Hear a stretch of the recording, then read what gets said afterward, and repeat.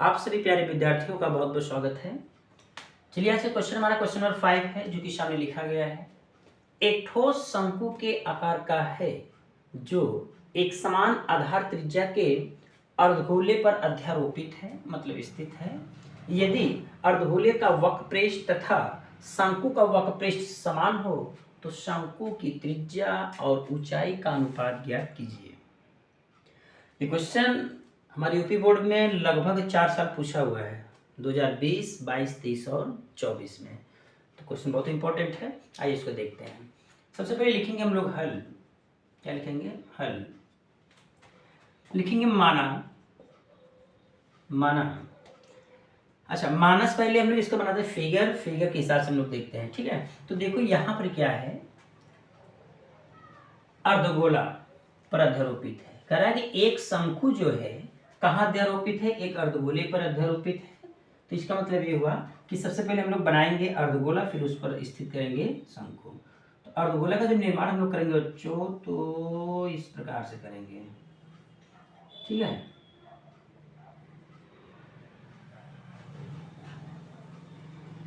ये हमारे पास क्या है? एक अर्धगोला है। अर्धगोले की ये देखो क्या हो जाएगी, त्रिज्या। तो मान लो इसकी त्रिज्या क्या है? 8 है। सेम आधार का, अर्थात जो इसका ये अर्धगोले का आधार है ऊपरी सिरा है, और जो शंकु है आकर इस पर ऐसे स्थित है। क्योंकि शंकु देखो जब बनाएंगे तो अलग से शंकु का चित्र ये बनेगा। अब यही शंकु आकर इस पर पूरा अच्छे से स्थित है।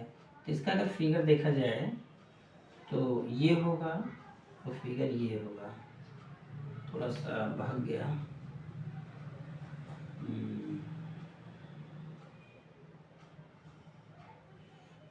ठीक है, ये होगा। तो ये शंकु के इस शंकु की ऊंचाई होगी, इसको देख लीजिएगा थोड़ा सा। शंकु की ऊंचाई होगी, अर्थात इसको हम लोग मान सकते हैं h। माना शंकु की ऊंचाई h है और तीरे की ऊंचाई क्या है इसकी? l है। 8 ठोस है, ठीक ना। नीचे देखो अर्धगोला है, सेम आधार वाला, अर्थात ये वाला जो शंकु का आधार था आकर अर्धगोले वाले आधार पर सिरे पर क्या हुआ? पूर्ण रूप से अध्यारोपित हो गया। अब यहां से देखा जाए तो हम लोग मानेंगे, माना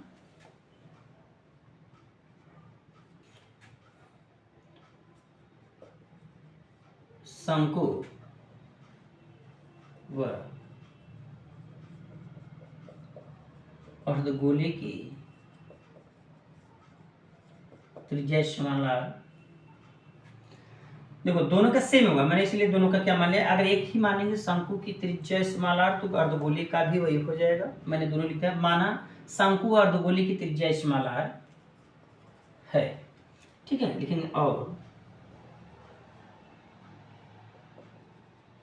शंकु की ऊंचाई h तथा तिर्यक ऊंचाई स्मॉल l है। ये हो गया, ठीक। तो शंकु की ऊंचाई मैंने s मान लिया, इसकी तिर्यक ऊंचाई जो तिरछी ऊंचाई मैंने क्या मान लिया? स्मॉल l मान लिया। लिखेंगे तब प्रश्नानुसार। देखो प्रश्न क्या बोल रहा है, लिखेंगे तब प्रश्नानुसार। अब प्रश्न क्या बोला है? कह रहा है कि जो अर्धगोले का वक्रपृष्ठ है, ध्यान दीजिएगा, अर्धगोले का वक्रपृष्ठ शंकु का वक्रपृष्ठ समान हो। मतलब इसका जो वक्रपृष्ठ है, वक्रपृष्ठ इसका होता है 2πr², और जो शंकु का वक्रपृष्ठ होता है वो क्या होता है? πr/l होता है। ये दोनों आपस में क्या है? समान है। क्या लिखेंगे? प्रश्नानुसार पहले किसका है? अर्धगोले का। तो यहाँ लिखेंगे हम लोग अर्धगोले का वक्रपृष्ठ, ठीक है। लो इसको इसे मिटा देते हैं।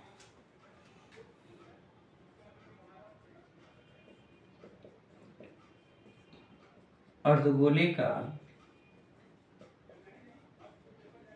वक्रपृष्ठ बराबर शंकु का वक्रपृष्ठ, मतलब क्षेत्रफल। इसका वक्रपृष्ठ होता है बच्चों पाई होता है इसका वहाँ लिखा गया है 2πr² और बराबर इसका होता है πrl। ठीक ना, क्या होता है πrl होता है। अब ध्यान दीजिएगा यहाँ क्या पूछा है लास्ट में, कह रहा है कि शंकु की त्रिज्या मतलब स्मॉल r और ऊंचाई का अनुपात पूछा है, मतलब r अनुपात h पूछा है, ये r अनुपात h ये पूछा है। तो इसमें यल की जरूरत नहीं है, हमको h की जरूरत है। तो एक चीज देखिएगा, यहाँ से ये तो कटेगा, पाई से पाई कटेगा, तो यहाँ क्या मिला 2r मिल चुका है। देखो यल जो है ना, यल के स्थान पे मैं लिख सकता हूँ h² प्लस r²। ये आया कहाँ से, क्योंकि यल बराबर होता है त्रिक ऊंचाई h² प्लस r²। ठीक, ये हो गया। अब दोनों पक्षों को यहाँ लिख दो, दोनों पक्षों का वर्ग करने पर, जब दोनों पक्षों का वर्ग कर देंगे तो क्या मिलेगा हमको, यहाँ से ये मिल जाएगा, ये हमको मिल जाएगा 4r² बराबर ये हो जाएगा h² और r²।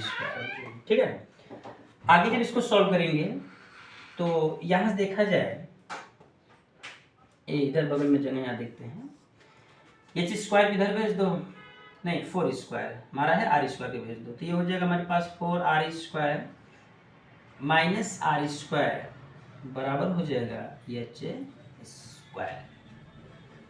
ठीक है बच्चों, अब यहाँ से तो घटेगा, क्या घटेगा, r² घटेगा, तो ये हो जाएगा 3r² बराबर हो जाएगा h²। हमको चाहिए क्या, हमको तो ये चाहिए कि r² अपान h², मतलब हमको r अपान h चाहिए, देखो r अपान ये से चाहिए। तो यहाँ देखा जाएगा तो हम लोग कर सकते हैं, r² को रहने दो, इसको इधर लाओ, ये हो जाएगा इसको लिख सकते हैं या, और ये हो जाएगा हमारे पास h²। ये हो जाएगा बच्चों, ये आएगा इधर, ये आएगा इधर, हाँ ये गुणा ना अगर क्या 1 अपान क्या कर देगा, ये 3 कर देगा।